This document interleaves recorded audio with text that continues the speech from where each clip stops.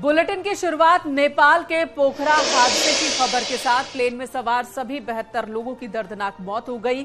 68 यात्रियों में 15 विदेशी नागरिक थे, जिनमें 5 भारतीय थे और सभी भारतीय यूपी के गाजीपुर के रहने वाले थे, जो 13 जनवरी को नेपाल घूमने गए थे। पोखरा में प्राण गंवाने वाले संजय जायसवाल, सोनू जायसवाल और अनिल कुमार राजभर, अभिषेक कुशवाहा, विशाल शर्मा जब प्लेन में सफर कर रहे थे तो जिस वक्त ये हादसा हुआ उससे कुछ देर पहले इन लोगों ने फेसबुक लाइव भी किया था, जिसकी तस्वीरें आपके टीवी स्क्रीन पर कुछ ही देर में आप देखेंगे। और फेसबुक लाइव के दौरान का जो वीडियो है उसमें भी दिख रहा है कि एक धमाके की आवाज होती है और आग लगती हुई भी दिखाई दे रही है। गाजीपुर से हमारे सहयोगी इस वक्त हमारे साथ जुड़ चुके हैं, रुक कर लेते हैं। हमारे सहयोगी गाजीपुर से मनीष हमारे साथ जुड़ चुके हैं। मनीष, इस वक्त के बारे में बताएं, सभी के परिवार वालों से बात हुई है क्या आपकी? और बताइए। ये मैंने कहा, ये गाजीपुर के बरेसर थाना क्षेत्र के ये चारों युवक रहने वाले थे, अलग अलग गांवों के थे। 2 युवक जो हैं वो अलावलपुर गांव के रहने वाले थे, एक युवक धरवा गांव का रहने वाला था और चौथा युवक जो है वो सिपाह गांव का रहने वाला था। आपको बता दें कि 12 जनवरी को गाजीपुर से ये चारों युवक साथ में ही वाराणसी गए थे। वाराणसी के सारनाथ ये पहुंचे थे, जहां से ये काठमांडू के लिए निकले थे और 13 जनवरी को ये काठमांडू के लिए वाराणसी रवाना हुए थे। इन चारों ने फ्लाइट में टिकट भी एक साथ ही बुक कराई थी। जो हमारे पास जो जानकारी मिल रही है कि इन चारों युवकों ने एक साथ ही फ्लाइट बुक की थी, जिसके बाद वो पिकनिक के लिए, एक तरह से पिकनिक के लिए वो पोखरा जा रहे थे, लेकिन वो पोखरा नहीं पहुंच पाए।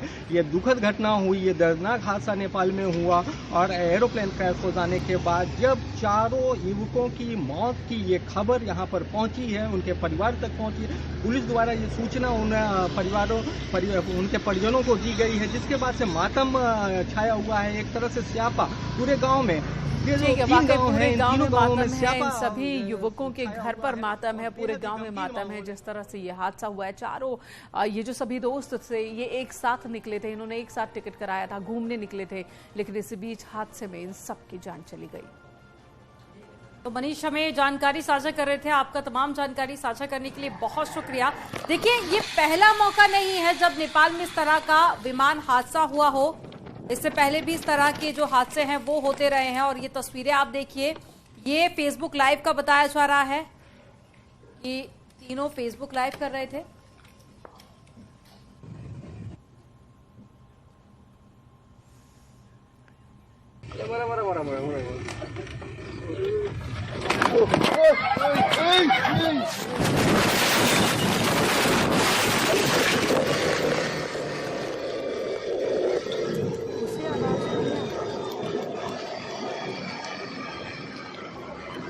नेपाल के पोखरा में बड़ा विमान हादसा।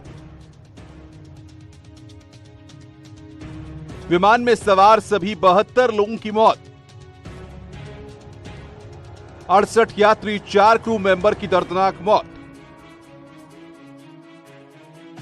यूपी के यात्रियों का आखिरी फेसबुक लाइव।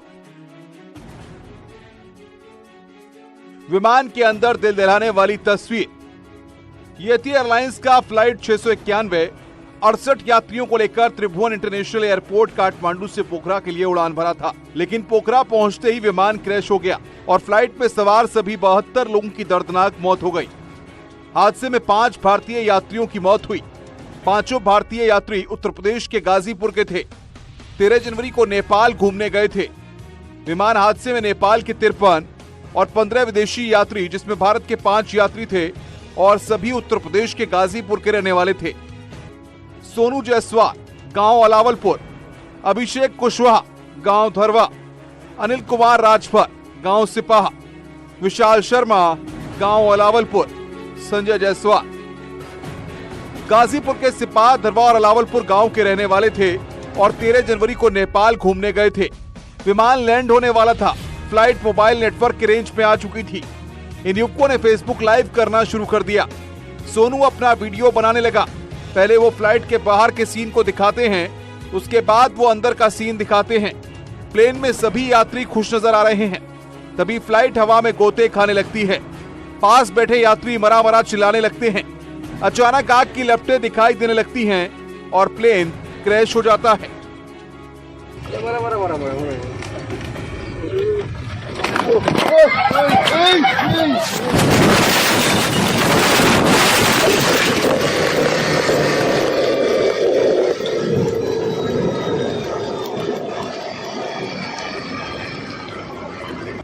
इन युवकों को पता नहीं था कि इतना शानदार सफर चंद सेकंड में खाक हो जाएगा।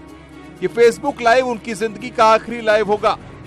लेकिन इस फेसबुक लाइव से जो तस्वीर सामने आई है वो भयावह है। प्लेन के अंदर आग की लपटों में 72 लोगों के सामने की तस्वीर।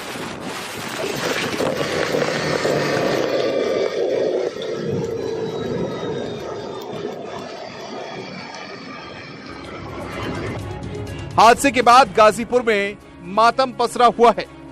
गाजीपुर से न्यूज़ 18 के लिए मनीष मिश्रा की रिपोर्ट।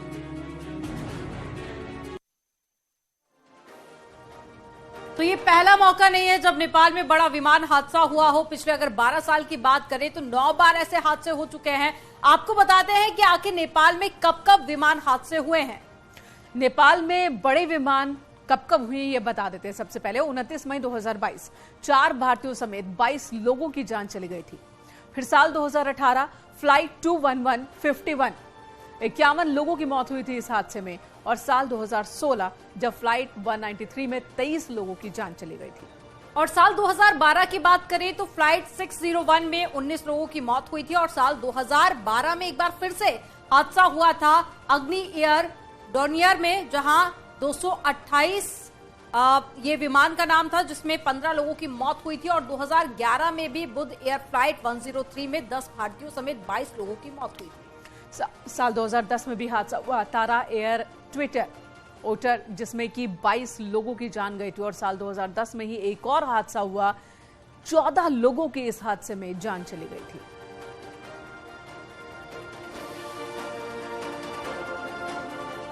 तो ये तो बात हुई नेपाल में हादसों की। अब बात बीजेपी की कर लेते हैं। इस साल कई राज्यों में होने वाले विधानसभा चुनाव की रणनीति बनाने वाली है बीजेपी। और इसके लिए कल से दिल्ली में 2 दिन की राष्ट्रीय कार्यकारिणी की मीटिंग होने वाली है। तो इस बैठक में मुख्य एजेंडा लोकसभा के साथ ही चुनावी राज्यों की रणनीति बनाने और साथ ही मोदी सरकार की उपलब्धियों को जन जन तक पहुंचाना है। अब आपको बताते हैं कि राष्ट्रीय कार्यकारिणी की बैठक में आखिर कौन कौन शामिल होंगे। जी हां, पीएम मोदी, राष्ट्रीय अध्यक्ष जेपी नड्डा, सीएम योगी आदित्यनाथ समेत बाकी बीजेपी शासित राज्यों के भी मुख्यमंत्री शामिल होंगे। 35 केंद्रीय मंत्री, टोटल 12 मुख्यमंत्री हैं, 5 उप मुख्यमंत्री हैं, 37 प्रदेशों के अध्यक्ष और 27 संगठन मंत्री भी शामिल होंगे। इसके अलावा 19 पूर्व मुख्यमंत्री और 12 पूर्व उप मुख्यमंत्री और साथ ही 17 नेता प्रतिपक्ष। तो वहीं पर 350 पदाधिकारी और कार्यकर्ता भी इस बैठक में शामिल होंगे। बैठक बेहद महत्वपूर्ण मानी जा रही है।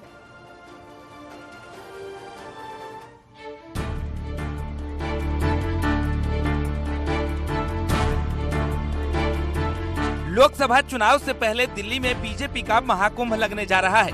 प्रधानमंत्री मोदी से लेकर जेपी नड्डा, सीएम योगी समेत तमाम बड़े नेता और मंत्री शामिल होंगे और आगामी चुनाव के साथ ही लोकसभा चुनाव पर रणनीति बनेगी। मीटिंग में पीएम मोदी, जेपी नड्डा, 35 केंद्रीय मंत्री, 12 मुख्यमंत्री, 5 उप मुख्यमंत्री, 37 प्रदेशों के अध्यक्ष, 27 संगठन मंत्री, 19 पूर्व मुख्यमंत्री, 12 पूर्व उप मुख्यमंत्री, 17 नेता प्रतिपक्ष, 350 कार्यकर्ता शामिल होंगे। 12 पूर्व उप मुख्यमंत्री, 17 नेता प्रतिपक्ष या leader of the floor, Lok Sabha और राज्यसभा के चीफ व्हिप, ऐसे 168 और 182 एडिशनल सदस्य, ऐसे 350 कार्यकर्ता इसमें अपेक्षित है। इस बैठक का एजेंडा चुनावी राज्यों की रणनीति बनाने और मोदी सरकार की उपलब्धियों को जन जन तक पहुंचाने के तौर तरीकों को निर्धारित करना होगा। मीटिंग में शामिल होने के लिए सीएम योगी कल दिल्ली रवाना होंगे, तो डिप्टी सीएम ब्रजेश पाठक पहले से ही दिल्ली में मौजूद हैं। प्रधानमंत्री नरेंद्र मोदी कार्यकारिणी की बैठक के दूसरे और अंतिम दिन मंगलवार को अपने समापन मार्गदर्शन भाषण में देश भर से आए बीजेपी नेताओं को आगामी विधानसभा चुनाव और 2024 के लोकसभा चुनाव की तैयारियों को लेकर मंत्र देंगे। और G20 की अध्यक्षता से जुड़े कार्यक्रमों में ज्यादा से ज्यादा भागीदारी सुनिश्चित करने का भी आह्वान करेंगे। बैठक में प्रायः देश में जो अहम मुद्दे हैं उनकी चर्चा अलग अलग प्रस्तावों के द्वारा होगी। राजनीतिक प्रस्ताव होता है, आर्थिक सामाजिक प्रस्ताव होता है। पिछले दिनों में जो चुनाव हुए उसको लेकर चर्चा करते हुए आने वाले दिनों में जहां चुनाव होने हैं उसकी पूर्व तैयारी की भी चर्चा स्वाभाविकता की जाएगी। फिर लोकसभा प्रवास योजना हो, बूथ सशक्तिकरण के कार्यक्रम हो, ऐसे अलग अलग जो कार्यक्रम चल रहे हैं उसको लेकर भी इस 2 दिवसीय बैठक में चर्चा होगी। आदरणीय राष्ट्रीय अध्यक्ष जी का मार्गदर्शन, आदरणीय प्रधानमंत्री जी का महत्वपूर्ण मार्गदर्शन ये इस बैठक में होगा। दरअसल 2024 में होने वाले लोकसभा चुनाव से पहले 2023 में राजस्थान, छत्तीसगढ़, मध्य प्रदेश, कर्नाटक, तेलंगाना, त्रिपुरा और जम्मू कश्मीर सहित कुल 10 राज्यों और केंद्र शासित प्रदेश में विधानसभा चुनाव होने हैं। इसे देखते हुए बीजेपी राष्ट्रीय कार्यकारिणी की बैठक में ही चुनावी रणनीति तैयार होनी है। बीजेपी इस बैठक में न केवल आगामी विधानसभा चुनाव की रणनीति तय करेगी बल्कि इसके साथ साथ 2024 के लोकसभा चुनाव का एजेंडा भी तय कर देगी। लोकसभा की कमजोर मानी जाने वाली 160 सीटों पर तैयारी की चर्चा भी बैठक में होने की संभावना है, जिसमें यूपी के 14 जिले भी शामिल हैं। सत्ता के शीर्ष पर बैठी देश की सबसे बड़ी पार्टी बीजेपी 2 बार से प्रचंड बहुमत के साथ चुनाव जीत रही है। रोज जीत का ग्राफ बढ़ रहा है।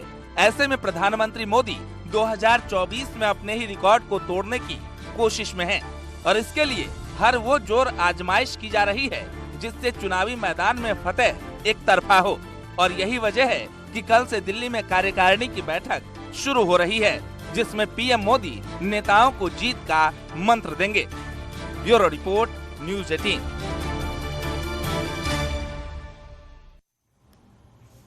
बीजेपी की राष्ट्रीय कार्यकारिणी की बैठक के बाद यूपी में बीजेपी की रणनीति में बदलाव देखने को मिल सकता है और लोकसभा चुनाव के मद्देनजर सामाजिक समीकरण के लिहाज से प्रदेश के कुछ वरिष्ठ नेताओं को नड्डा की नई टीम में जगह भी मिल सकती है। वहीं कुछ को मोदी मंत्रिमंडल में शामिल भी किया जा सकता है, तो दूसरी तरफ वार्ड से लेकर प्रदेश की टीम में बड़े फेरबदल के संकेत भी दे दिए गए हैं। कार्य समिति की बैठक के बाद ये इस लिस्ट पर चर्चा होगी। 50 से ज्यादा वार्ड अध्यक्ष में फेरबदल की तैयारी है। 20 जिलों के जिलाध्यक्ष में भी बदलाव देखने को मिलेंगे। तो प्रदेश पदाधिकारियों को भी बदला जाएगा। किसान मोर्चा के नए अध्यक्ष की तैनाती भी होगी। तो ओबीसी मोर्चा, युवा मोर्चा प्रदेश अध्यक्ष बदले जाएंगे और 3 प्रदेश उपाध्यक्ष और साथ ही 2 नए प्रदेश महामंत्री बनेंगे। उत्तर प्रदेश बीजेपी के चुनाव प्रबंधन इंचार्ज की भी तैनाती की जाएगी। मिशन 2024 की तैयारी में जुटी भारतीय जनता पार्टी अब जल्द ही भारतीय जनता पार्टी के नए संगठन के सहारे चुनावी मैदान में उतरेगी। दरअसल भारतीय जनता पार्टी के प्रदेश संगठन में जो बदलाव होने हैं उसकी सूची तैयार कर ली गई है।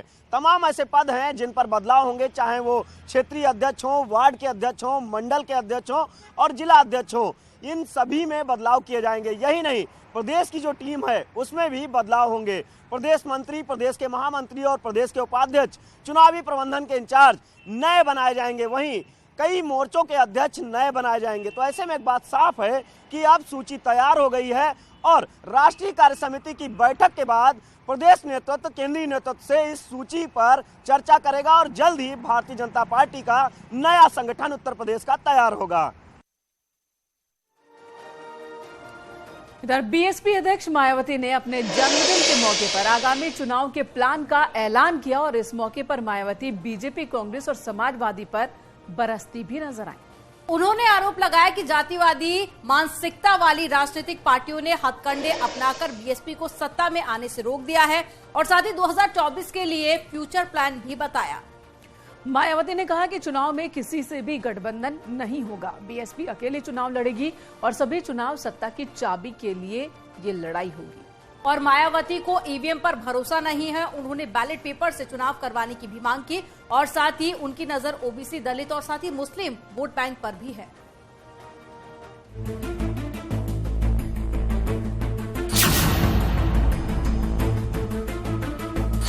मायावती के जन्मदिन पर बीएसपी में जश्न है, मंथन है और फ्यूचर प्लान है। सवाल है सियासी बवाल है और निशाने पर कांग्रेस, बीजेपी और समाजवादी पार्टी है। मायावती ने हर उस मुद्दे को उठाने की कोशिश की, हर उन पहलुओं पर जोर दिया, उस दावे वादों पर तस्वीर साफ की, जिससे यूपी की सियासी गलियारे में पिछले कुछ दिनों से उथल पुथल मचा है, जिसमें ओबीसी आरक्षण से लेकर ईवीएम तक शामिल है। सपा सरकार ने SC व ST का पदोन्नति में आरक्षण को भी खत्म कर दिया और इससे संबंधित बिल को सपा ने संसद में फाड़ दिया तथा इसे फिर पास भी नहीं होने दिया गया।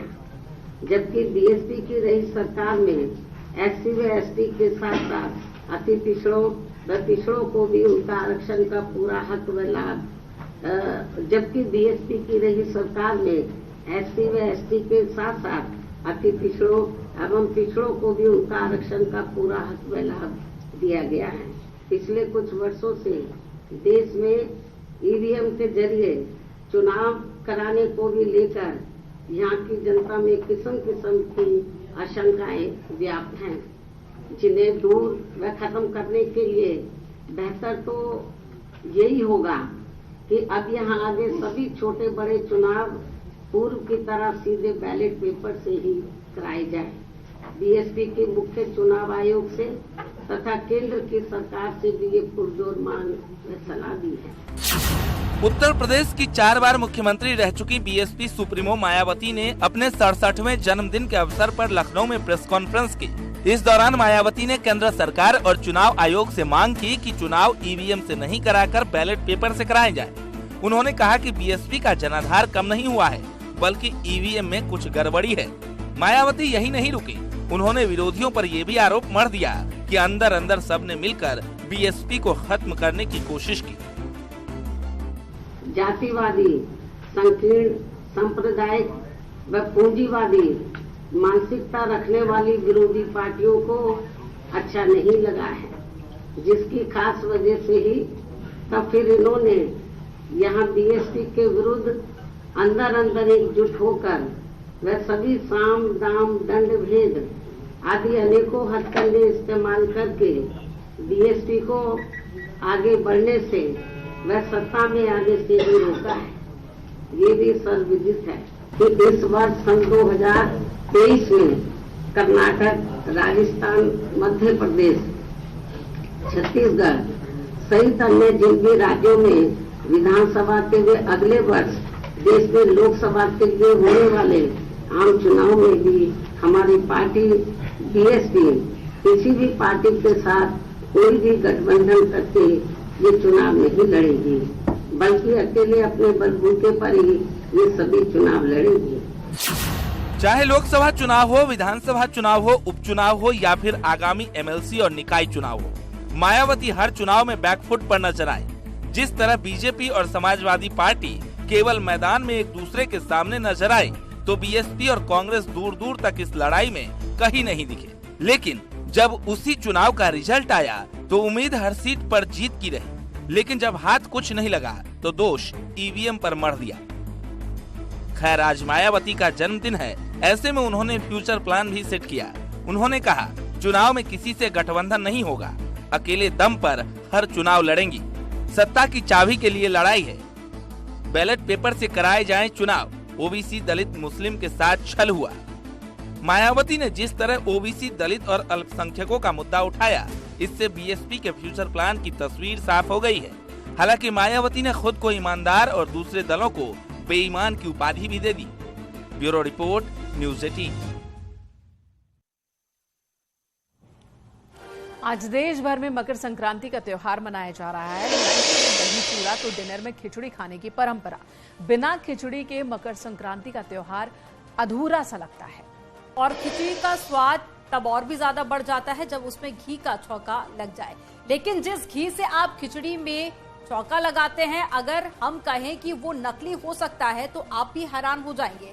हम आपको डरा नहीं रहे हैं बल्कि सावधान कर रहे हैं, क्योंकि उत्तर प्रदेश STF ने एक ऐसे गिरोह का भंडाफोड़ किया है जो फैक्ट्री में नकली घी तैयार करके ब्रांडेड कंपनियों के नाम पर बेचा करता था।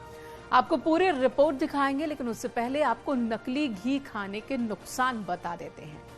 हार्ट अटैक की बीमारी, हाई बीपी की समस्या हो सकती है। नकली मिलावटी घी का इस्तेमाल करने से लिवर खराब होने की भी आशंका बढ़ जाती है। गर्भपात का खतरा भी बढ़ जाता है। गर्भवती महिला घर का बना हुआ घी ही खाएं। नकली घी से दिमाग में सूजन भी आ सकती है। मिलावटी घी से पेट खराब होता है, अपच जैसी समस्याएं भी होती है। मिलावटी घी आपका कोलेस्ट्रॉल भी काफी ज्यादा बढ़ा सकता है, तो आपके सेहत के लिए घी बेहद हानिकारक साबित हो सकता है।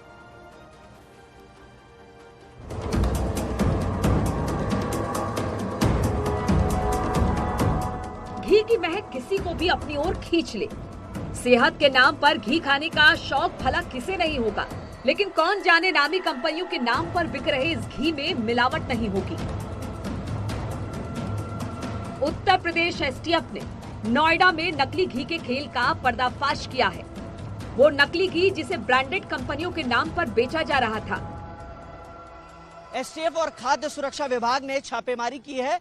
नोएडा के वाजिदपुर गांव में एक घर में नकली घी फैक्ट्री का भंडाफोड़ किया है और इस दौरान जब छापेमारी की गई तो वहां पर कई कुंटल नकली घी और इसके साथ मार्केट में एग्जिस्टिंग बड़ी कंपनियों के रैपिंग भी मिली है।